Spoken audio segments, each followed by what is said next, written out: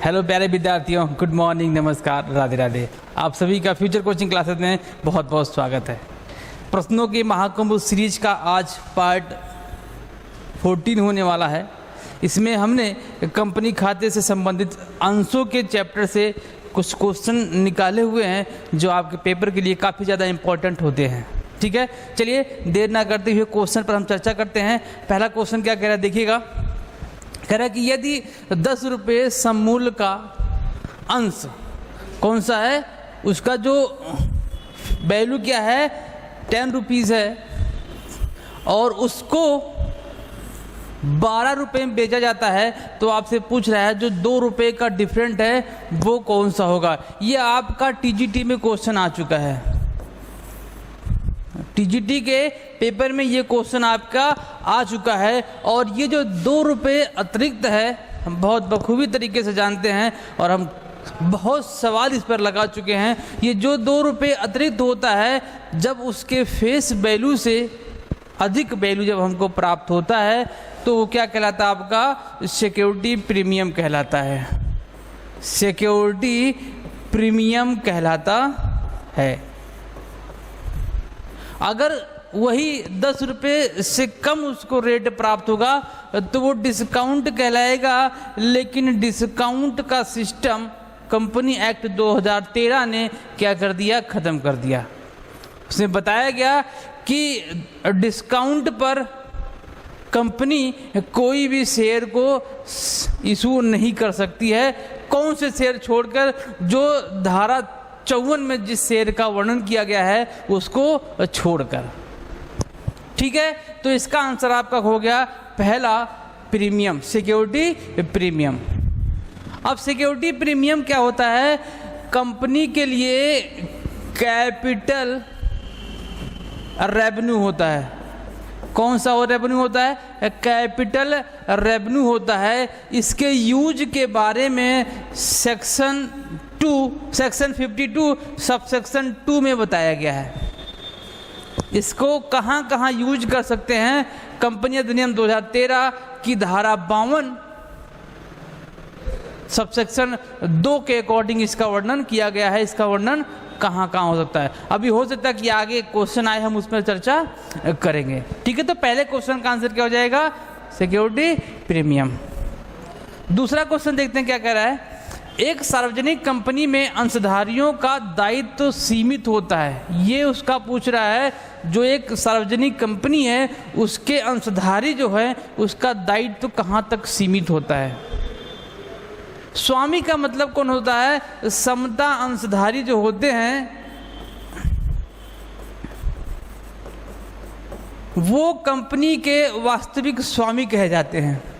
वो कंपनी के वास्तविक स्वामी कहे जाते हैं। वही पूछ रहा है कि जो ये स्वामी हैं इनका जो लायबिलिटी है कहाँ तक। लायबिलिटी होता है जितने का वह शेयर परचेज किए होंगे, जितने का उनके पास शेयर होगा वहीं तक उनके लायबिलिटी होती है और उसके आगे नहीं होती है। तो मतलब कि उसको क्या कह सकते हैं, चुकता मूल्य नहीं, चुकता मूल्य तक उनके लायबिलिटी नहीं होते हैं। कहाँ तक होता है, अंशों के अंकित मूल्य तक उनके लायबिलिटीज होते हैं। किसके, वास्तविक स्वामी के।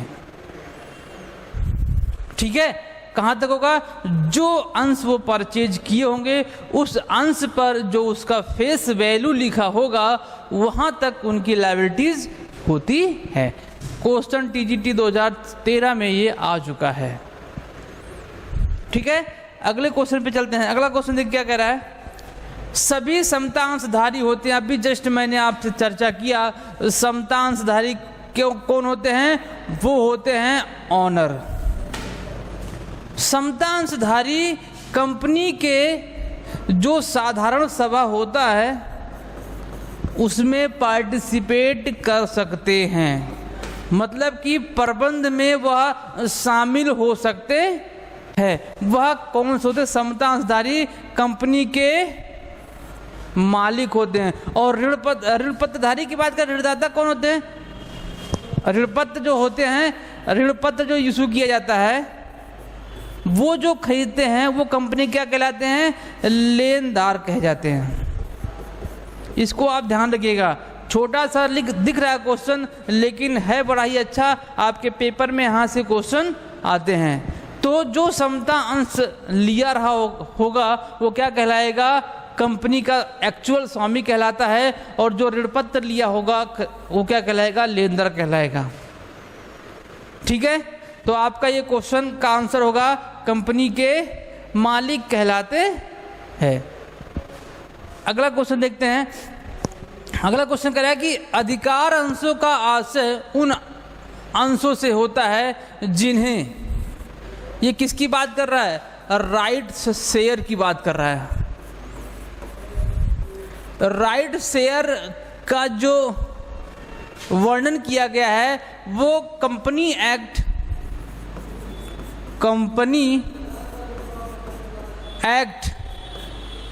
2013 का सेक्शन जो है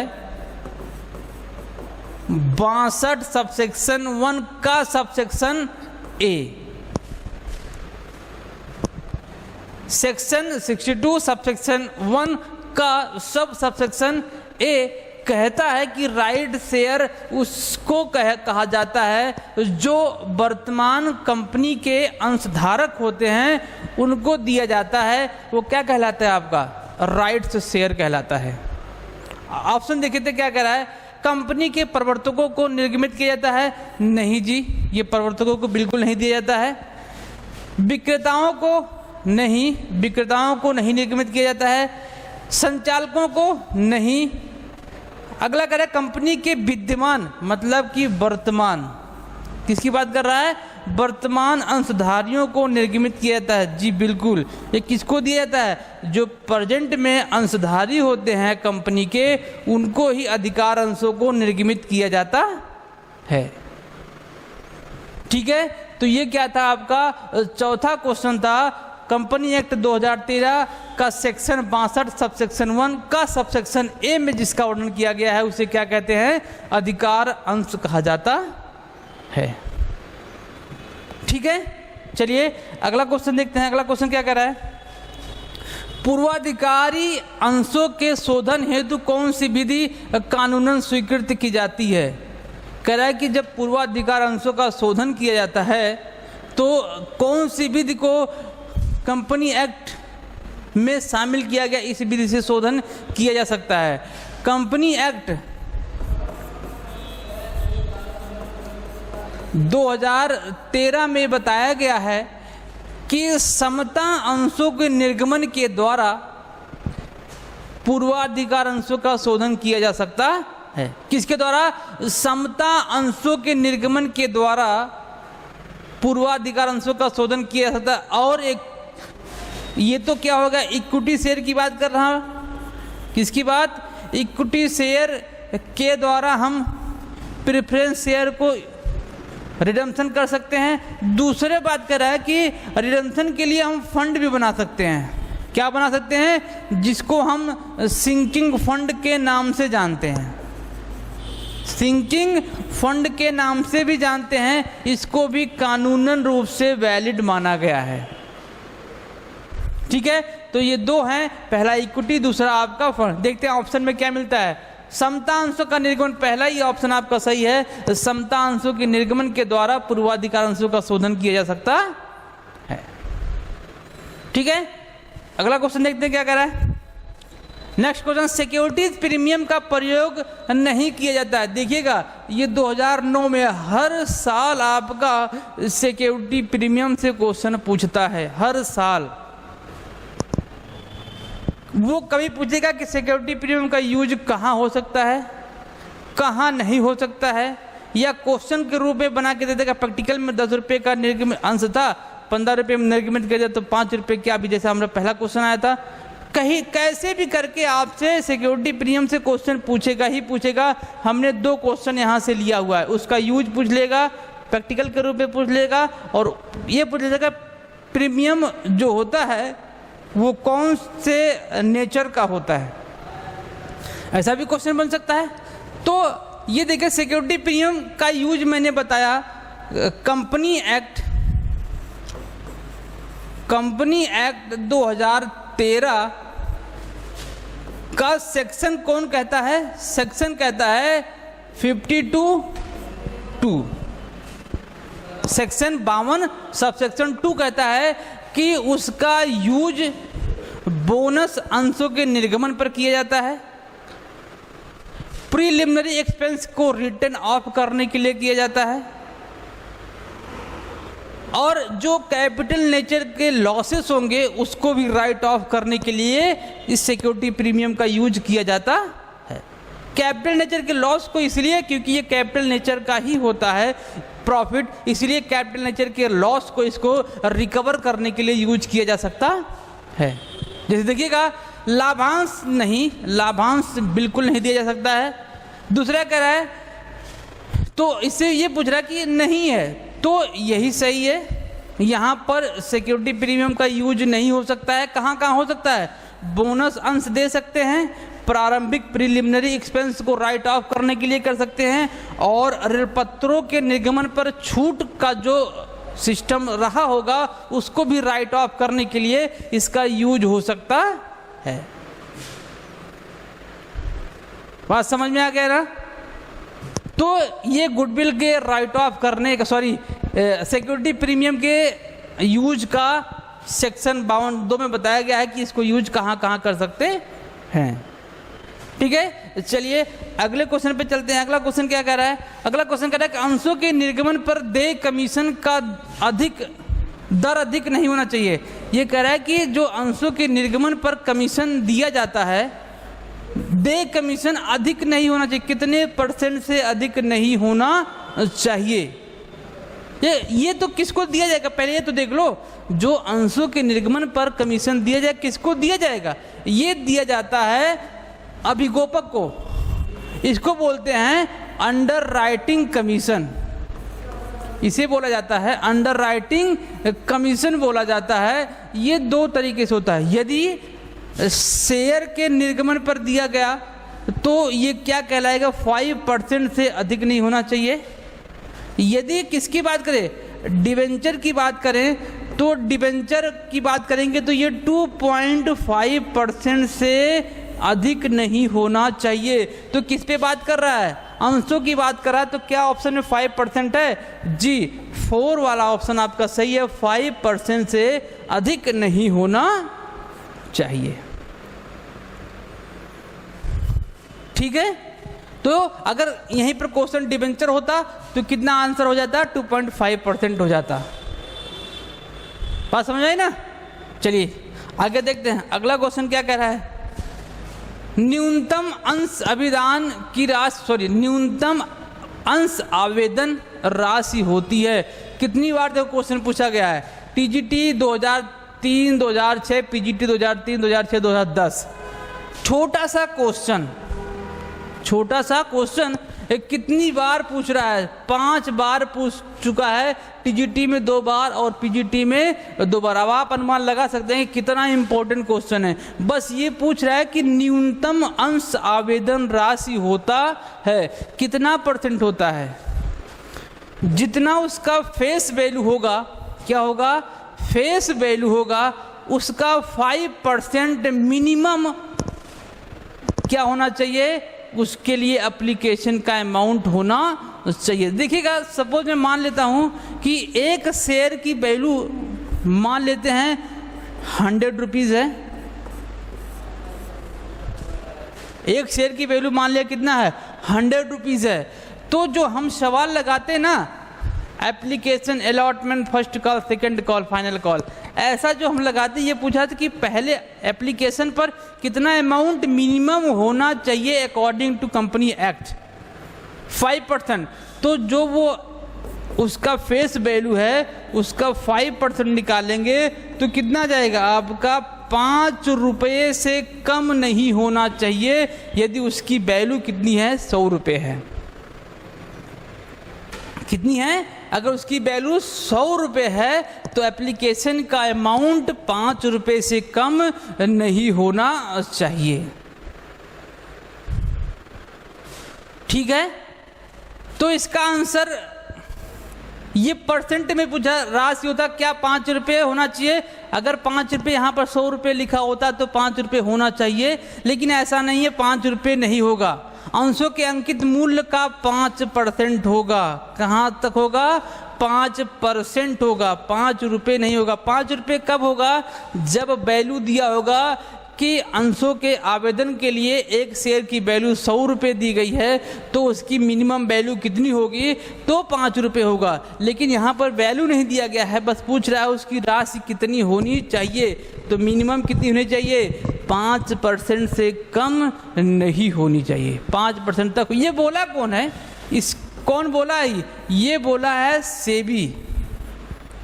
सेबी ने कहा है कि ऐसा आपको करना है। सेबी की गाइडलाइन, जितनी भी गाइडलाइंस है, जब हम थ्योरी पढ़ेंगे पूरा विस्तार से, जब हम चर्चा करेंगे, तो इसके लिए हम सेबी की गाइडलाइन आपके लिए लेके आएंगे। किसके लिए? शेयर के शेयर से रिलेटेड जितने भी गाइडलाइन सेबी ने दिया है उस पर हम बखूबी चर्चा करेंगे। ठीक है, तो इसका आंसर आपका क्या हो गया? 5% हो गया। ठीक है, आगे देखते हैं अगला क्वेश्चन क्या कर रहा है। राइट शेयर, अभी एक और क्वेश्चन इसे ऐसा ही आया था। कह रहा है कि राइट शेयर होते हैं जो प्रस्तावित होते हैं। ये देखिए 2006 में क्वेश्चन आया हुआ है, टीजीटी 2006 में ये क्वेश्चन आया हुआ है। प्रस्तावित किसको किया जाता है? अभी जस्ट हमने बताया, राइट शेयर किसको प्रस्तावित होता है? कंपनी के लेनदार को? नहीं, बिल्कुल नहीं। कंपनी के वर्तमान शेयर होल्डर को दिया जाता है, कंपनी के निदेशक को नहीं दिया जाता, कंपनी के ऋण पत्रधारियों को नहीं दिया जाता है। किसको दिया जाता है? जो वर्तमान में कंपनी के अंशधारक होंगे उनको ही क्या दिया जाता है? राइट शेयर दिया जाता है। सेक्शन कौन मैंने बताया था? सेक्शन 62 का सबसेक्शन 1 का सबसेक्शन ए कहता है राइट शेयर किसको दिया जाना चाहिए? प्रथम प्रायोरिटी किसको दी जानी चाहिए? जो हमारे वर्तमान में शेयर होल्डर हैं उनको ही दिया जाना चाहिए। ठीक है, चलिए अगले क्वेश्चन पे चलते हैं। अगला क्वेश्चन कह रहा है कि अंश आवेदन पर प्राप्त राशि को जब आवंटन के समय समायोजित किया जाता है तो क्या क्रेडिट किया जाता है? ये क्वेश्चन पूछ रहा है कि जब ओवर सब्सक्राइब हो जाए कैपिटल, अंश हमने इशू किया था 20,000, हमको 25,000 अंशों पर आवेदन प्राप्त हो जाए, वो कह रहा है कि जो 5,000 हमको एक्स्ट्रा प्राप्त हुआ है उसको क्रेडिट कैसे करते हैं? उसको क्रेडिट कहाँ किया जाता है? जब समायोजित किया जाता है तो वापस किया जाता है तो बैंक किया जाता है, जब उसको समायोजित किया जाता है तो आवंटन खाता क्रेडिट किया जाता है। आवंटन खाता क्रेडिट किया जाता है। दूसरी एंट्री क्या होती है? यही तो होती है share bank account debit to share application, पहली एंट्री होती है। दूसरी एंट्री होती है share application account, share application account debit to share capital account. और यहीं पर अगर एडजस्टमेंट करना है तो क्या लिख देंगे? शेयर अलॉटमेंट अकाउंट लिख देंगे। यही पूछ रहा है, ये जो लिखा गया है क्या नाम उसका लिखा जाएगा? लिखा जाएगा शेयर अलॉटमेंट अकाउंट। तो क्या आवंटन है? जी बिल्कुल, ऑप्शन बी आपका सही है, शेयर अलॉटमेंट अकाउंट। ठीक है, चलिए नेक्स्ट क्वेश्चन पे चलते हैं।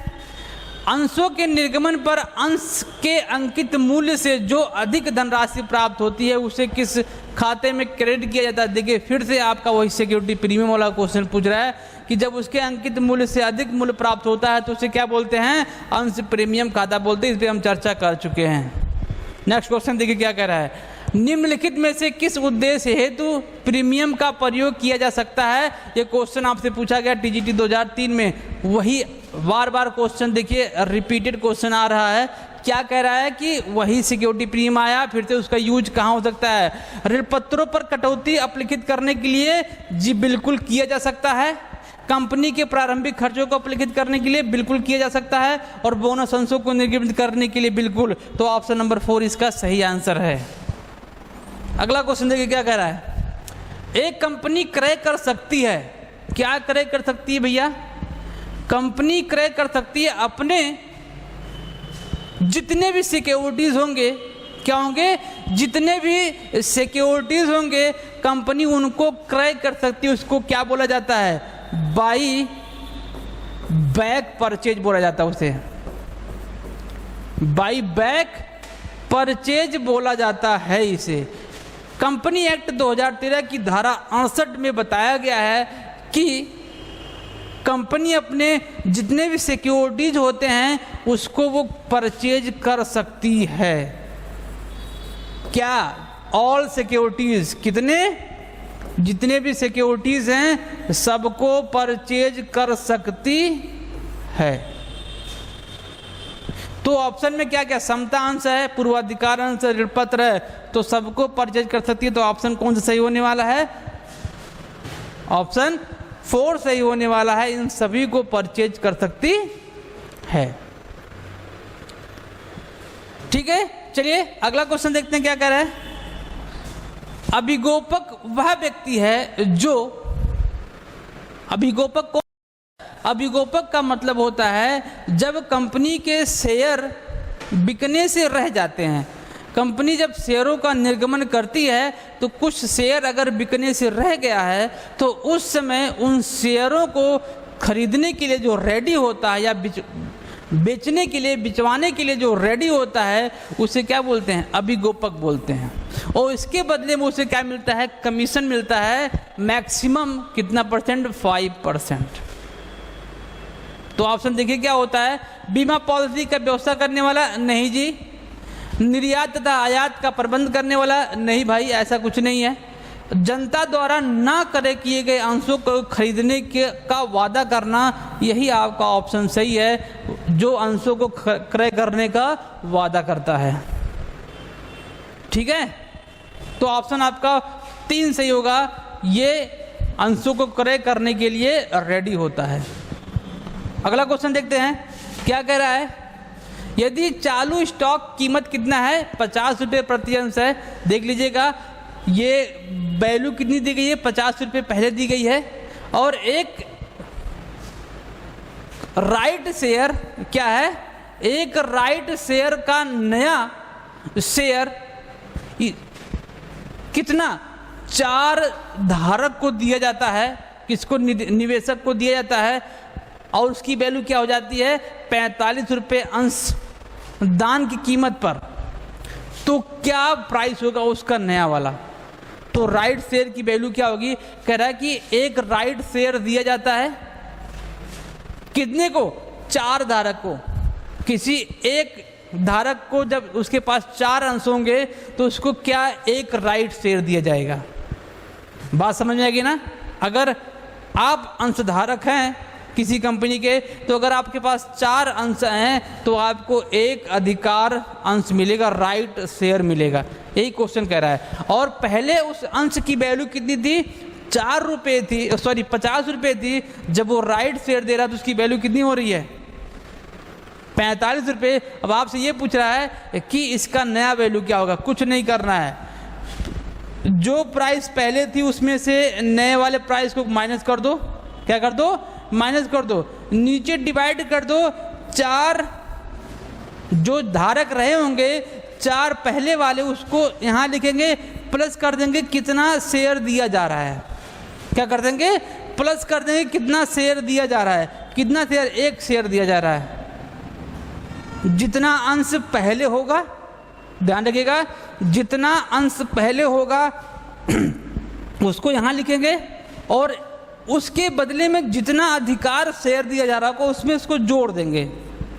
जोड़ दिया, इसको सॉल्व कर लेते हैं। 50 में से 45 के 5 और 4 में 1 जोड़ेंगे, कितना आ जाएगा, 5। तो कितना आ जाएगा, 1 रुपये आ जाएगा। आंसर आपका 4 सही है, 1 रुपये। कितना हो जाएगा, आंसर आपका 4 सही है, 1 रुपये। ठीक है, चलिए अगले क्वेश्चन पे चलते हैं। अगला क्वेश्चन क्या कह रहा है,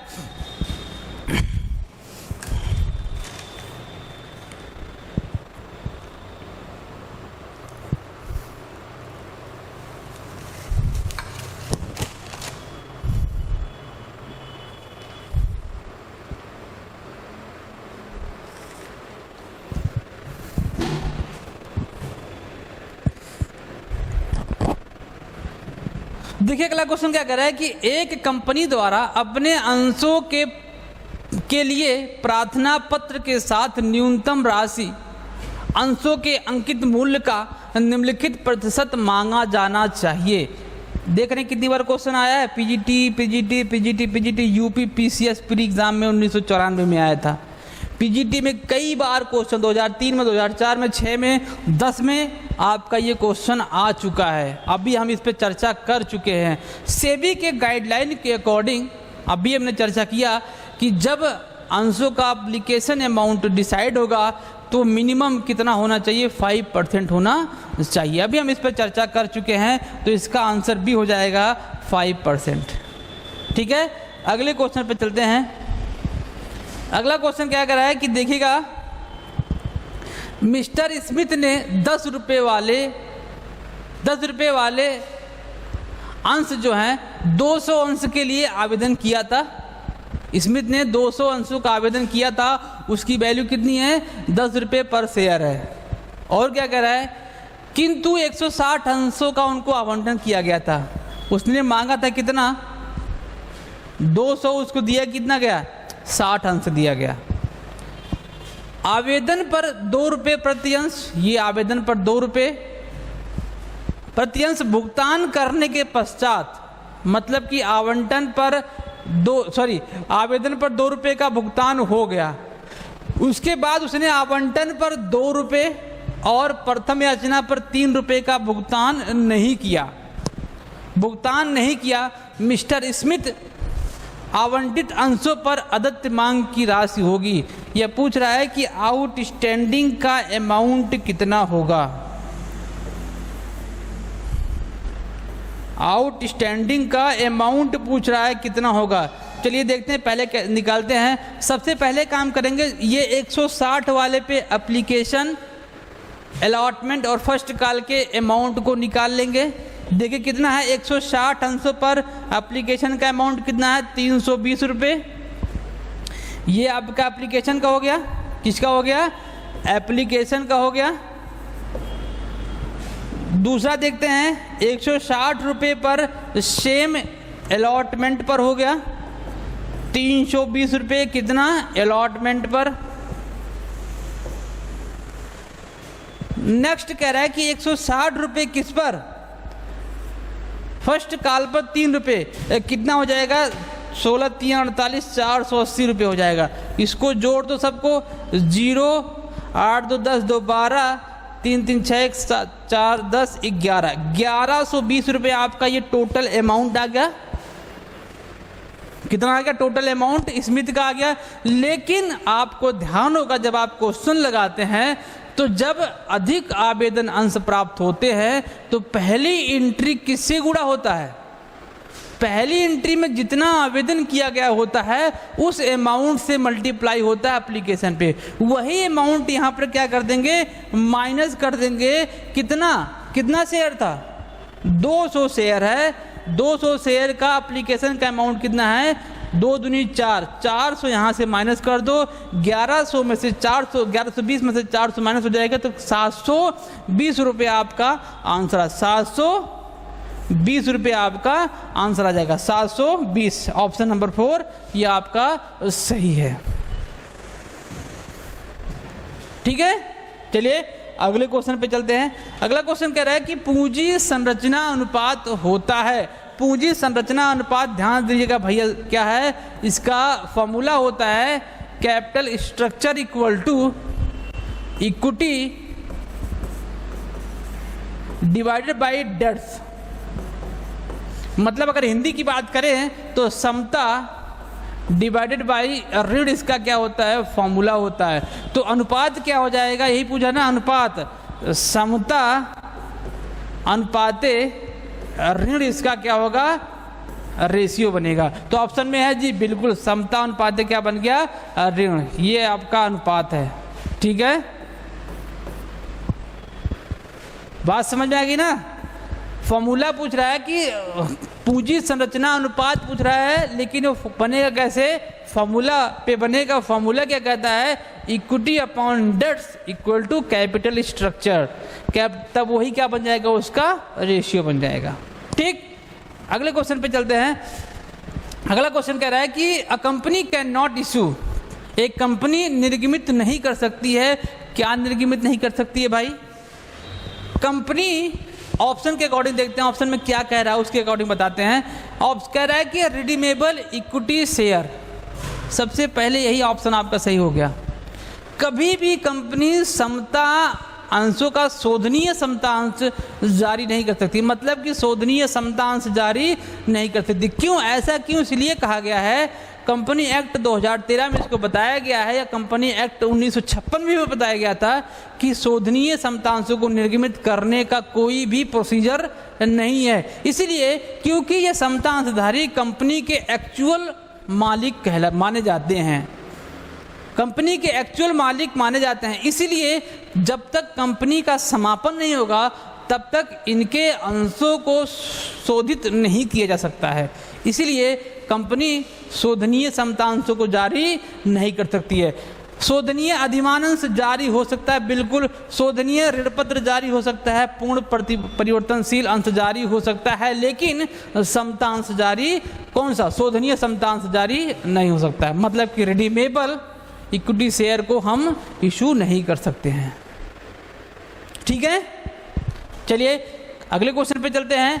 आज का लास्ट क्वेश्चन फिर से प्रैक्टिकल आ गया। यदि 1 लाख रुपए, क्या कह रहा है? 1 लाख रुपए का अधिमान प्रेफरेंस अंश पूंजी का शोधन करने के लिए, अभी देखो शोधन करने की बात आई थी ना, एक क्वेश्चन आया था शोधन करने के लिए, उसका एक सवाल आ गया। शोधन करने के लिए प्रत्येक 10 रुपए वाले, कितना? प्रत्येक 10 रुपए वाले 5000 समता अंशों को 10% डिस्काउंट पर निर्गमित किए जाते हैं तो पूंजी शोधन संचय निधि में हस्तांतरित होगा। कह रहा है कि ये जो अंश निर्गमित किए जा रहे हैं 10% डिस्काउंट पर, इसके बाद पूछ रहा है जो अमाउंट बचेगा वह अमाउंट क्या होगा जिसको हम रिजर्व में से, रिडम्पशन रिजर्व में से ट्रांसफर करेंगे। क्या होगा देखिएगा, एक शेयर की वैल्यू 10 रुपये है और 10% डिस्काउंट है, तो 10% डिस्काउंट का मतलब कितना जाएगा? 1 रुपीज़ आ जाएगा। मतलब डिस्काउंट का मतलब 9 रुपीज़ आ जाएगा। 9 रुपये के शेयर को 5000 समतांश इशू किए जा रहे थे, कितना हो जाएगा? 45,000 हो जाएगा। और हमको पैसा चाहिए कितना? 1 लाख रुपये चाहिए पेमेंट करने के लिए। अगर हमको 1 लाख रुपये में से इक्विटी शेयर से कितना मिल गया? 45,000 मिल गया, तो माइनस कर देंगे कितना? 55,000 रुपये आपका क्या आ जाएगा? बच जाएगा शेष बैलेंस। यही शेष बैलेंस आपका क्या कहलाएगा? शोधन संचय कहलाएगा। तो ऑप्शन नंबर सी आपका सही होगा, 55,000 रुपये। ये दो अमाउंट देखो छप गया है, ये दो अमाउंट छप गया है, एक ही अमाउंट होगा। ठीक है, तो 55,000 आपका आंसर सही होगा। ये आज का आपका लास्ट क्वेश्चन था। ये आपके पेपर में कोई भी आप कॉमर्स से संबंधित एग्जाम देंगे, चाहे वो TGT, PGT, KBS, LT grade, GIC, कोई भी एग्जाम देंगे, वहाँ पर ये क्वेश्चन आपको ज़रूर दिखेंगे और आपके पेपर के लिए काफ़ी हेल्पफुल ये सीरीज आपके लिए लाया जा रहा है। ठीक है, तो उम्मीद है कि आपको पसंद आ रहा होगा। यदि पसंद आ रहा हो तो लाइक करिए और वीडियो को शेयर ज़्यादा से ज़्यादा करिए, और नए हैं चैनल पर तो चैनल को सब्सक्राइब भी करना ना भूलिए। ठीक है, मिलते हैं आपसे अगले सीरीज में, तब तक के लिए आप पढ़ते रहिएगा।